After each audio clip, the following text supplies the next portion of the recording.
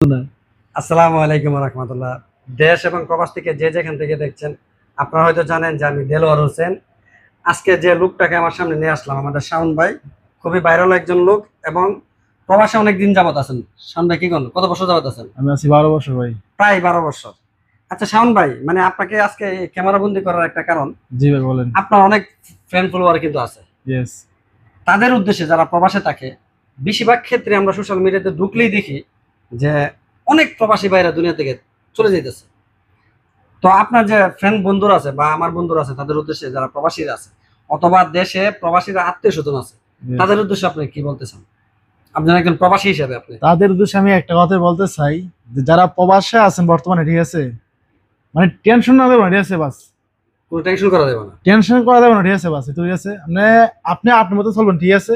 আপনার ফ্যামিলিতে কি হয়েছে বা আপনার পার্সোনাল লাইফ, পার্সোনাল অনেক কিছু থাকতে পারে, কিন্তু টেনশন না দেবেন, ঠিক আছে। টেনশন নিয়ে গেলেই সমস্যা ভাই, মানে টেনশন বিলকুল নেওয়া যাবে না। নেওয়া যাবে না, ঠিক তো আছে। পাশাপাশি আমি সবসময় শাওন ভাই, আমি একটা কথা বলি, আমি জানি না আপনি আমার সঙ্গে একমত হবেন কিনা। আমি সবসময় প্রবাসীদের উদ্দেশ্যে একটা কথা বলি, দেখেন ভাই, বুক ভর্তি ভালোবাসার থেকে পকেট ভর্তি টাকার অনেক মূল্য। টাকা মূল্য আছে, অনেক মূল্য না? এটা বাস্তব। তো প্রবাসী ভাইরা আমরা যে কাজগুলো করি, দেখা গেছে কি টাকার জন্য টেনশন করি, হুম। ফ্যামিলিতে টাকা দেওয়ার জন্য টেনশন করি, কাউকে ভালো রাখার জন্য টেনশন করি। সবাইকে একটা কথাই বলবো, শাওন ভাই আমার সাথে একমত আছেন কিনা আমি জানি না, যদি আপনি ভালো থাকেন তাহলে কিন্তু আপনি আরেকজনকে ভালো রাখতে পারবেন। যদি আপনি টাকাওয়ালা হন তাহলে Yes, কিন্তু আরেকজনকে টাকা দিয়ে সহযোগিতা করতে পারবেন। এটা সত্যি কথা যদি ভাই। আপনি সুস্থ থাকেন আরেকজনকে কাঁধে নিয়ে হাঁটতে পারবেন আপনি। এটা সত্যি কথা। আর আমাদের একটা ভুল কাজ হলো যেটা আমরা প্রবাসী ভাইরা সবসময় করে থাকি, এটা কি জানেন? এটা হলো এটাই, যে আমরা নিজে টাকাওয়ালা না হয়ে অন্যদেরকে সহযোগিতা করার চেষ্টা করি। আমরা নিজে সুস্থ না রেখে আরেকজনকে সুস্থ রাখার চেষ্টা করি।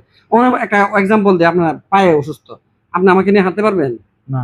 আপনি সুস্থ থাইকে আমাকে নিয়ে হাঁটতে পারবেন তো নাকি? ইয়েস। তাহলে ওই জন্য আমি সকলকে বলবো যে দেখেন ভাই, আগে নিজে সুস্থ থাকুন, একজনকে সুস্থ রাখতে পারবেন। যেমন আমাদের শাওন ভাই আমার কাছে আসছে দেখা করার জন্য, অথবা আমি ওনার কাছে যাই ওনার সঙ্গে দেখা করার জন্য। কারণ একটাই, আমি নিজে সুস্থ থেকে ওনার কাছে যাই, উনি সুস্থ থেকে আমার কাছে আসে।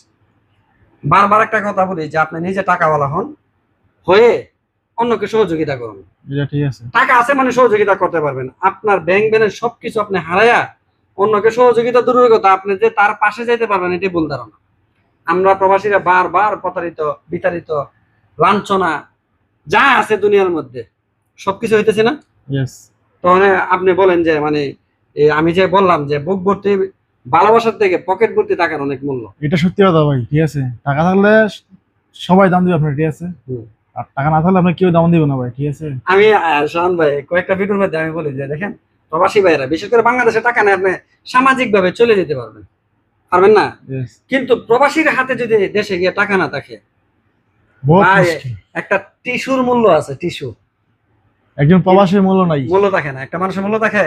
আর বারবার এই গতকালকে একটা ভিডিও আপডেট দিয়েছি, ওই ভিডিওর মধ্যে আমি বললাম, শাহান ভাই বুঝছেন, আমি বললাম এটাই যে দেখেন, একটা প্রবাসী সকল টাকাগুলো দেশে দিয়া যাওয়ার সময় 3 মাসের টাকা একাত্তর করে।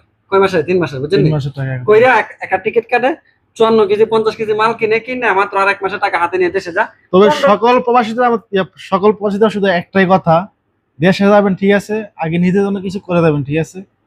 দেশে গিয়ে একটা কথা মনে রাখবেন, যদি কাউকে 10 টাকা আপনি চান বা খুঁজেন, পাবেন না, ঠিক আছে। মূল্যায়ন কথা। আর এটা এই সত্যি কথার কথা। উপরে, শাওন ভাইয়ের কথার উপরে কোনো কথা থাকে না।